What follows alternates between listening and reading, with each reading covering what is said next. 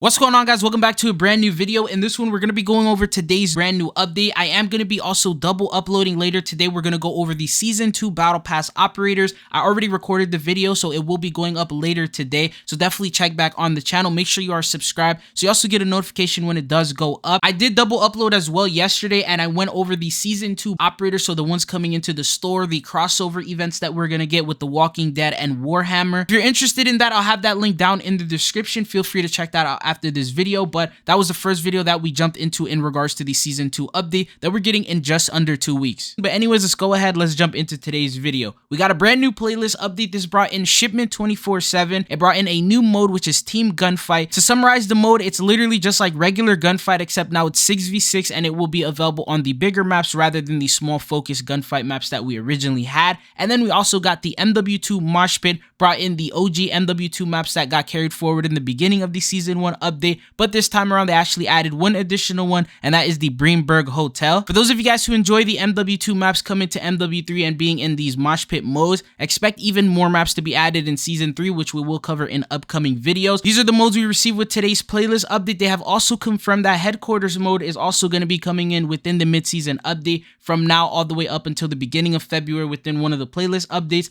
Headquarters should be returning as a brand new game mode in Call of Duty as well. The next set of brand new items that we received is the Week 8 challenges are now currently available for you to complete. Here's just a screenshot of what some of these challenges are. If you complete Week 8, you will unlock yourself a brand new weapon blueprint for the MTZ-762. This one is called the Urgent Business. This is just a quick showcasing on what it will look like. And if you complete all 8 weeks, you are now able to unlock yourself the brand new Coherence weapon camo. Unfortunately, it's not animated. This is what it will look like in game. You only have a couple of weeks to complete all the weekly challenges. Once the Season 2 update drops, all these are going to be refreshed. There's going to be new sets of weekly challenges and rewards, and there will also be a new mastery camo that you'll be able to unlock. Speaking of brand new camos, we have a brand new update to the event tab. The Vought Week event has now officially started. By equipping the Boys Operator skin, if you own it, you will get yourself a 2,500 XP boost per match. And here are the rewards. You get yourself the American Hero weapon sticker at 10,000 XP. Then at 23,600 XP, you'll get a 1 hour XP token. At 42,100 XP, you get the Vought Crime Analytics. The next one is going to be a 1 hour double weapon XP token at 67,250 XP. You also get the Compound V weapon charm at 101,460 XP.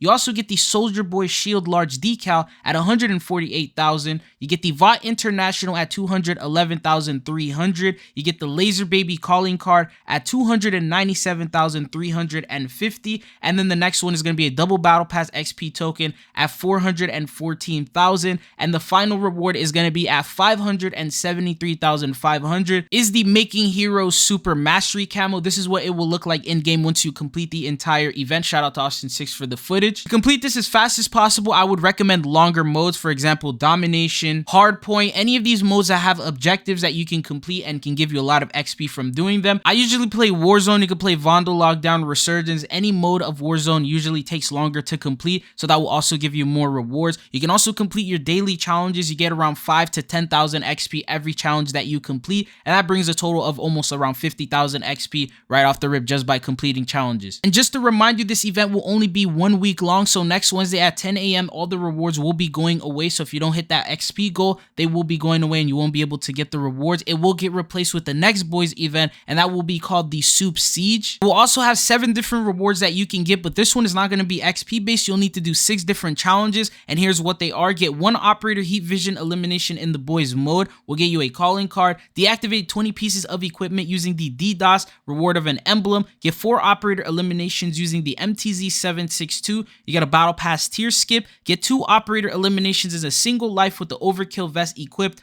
5 times. You get a large decal. 15 operator akimbo eliminations, a weapon charm. Get 7 operator eliminations using a lethal equipment will get you a double XP token. By completing all these challenges, you will unlock the Boys Special LMG weapon blueprint for the TAC Eradicator, and this is an early look preview at what this will be. So that will go live next Wednesday as the final one, and then after that event ends, we will be jumping into Season 2, which is why I'm going to be having so many videos going up to cover what Season 2 is about and what to expect from that before that update even goes live. Going on to the next topic, we got an update update to the chat moderation. So if you guys remember, Call of Duty launched an AI that would pretty much listen into the conversations. If you said anything that violated the rules or guideline, they would do a report. This AI would report you, and what would happen is Call of Duty or Activision would review this case, and if they did see that you said something that violated their rules, they would then enforce a chat ban, which will be just like a chat restriction. You won't be able to talk or listen to people speak. And that would be for a set amount of time depending on how many times you violated the rules. Usually this does not ban you from the actual game itself. It's usually just a chat voice ban.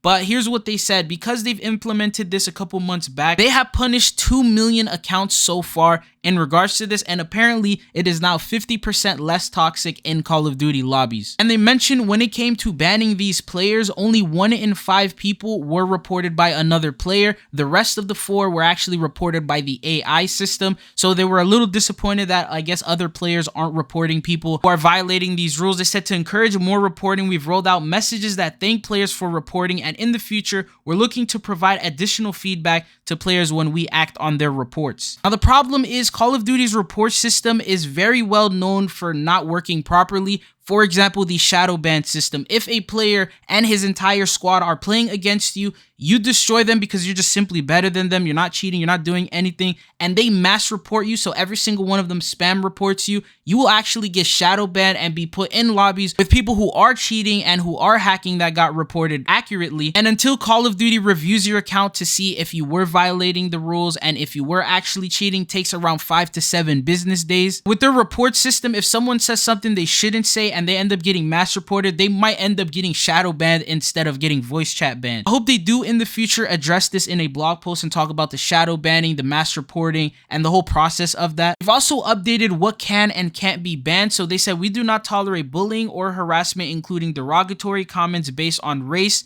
gender identity or expression, sexual orientation, age, culture, faith, mental or physical abilities, or country of origin, or the amplification of any person, agenda, or movement that promotes discrimination or violence based on the above. Anyways, let's go over some patch notes that they ended up dropping. So for those of you guys who play MW3 rank play, they said sub-base hardpoint has been temporarily removed from the rank play map pool, and that is because there is a glitch to where you can capture one of the points in hardpoint, which is the one outside of cave, without actually being on it, and that was causing a disruption in the game. A lot of people were losing games because people were abusing this glitch, so they did take that out, I guess, while they fixed this and solved this issue, and then they will be adding it back in a couple of days whenever they figure out the solution and how to fix that. The next patch note that we have has fixed an issue with the HRM9. If you maxed out the weapon, there were attachments that were locked that you weren't able to use even though the weapon was max level. So you can check your account now. It was the 20 and the 50 round mags. These were locked for some players, but they should now be available. Anyways, the last thing that we have, this was an update that went live yesterday for patch notes, but it wasn't available in Warzone. They did a huge update to aftermarket parts where they buffed them. The goal was to make sure that aftermarket parts were usable and actually decent weapons and worth the grind for you to unlock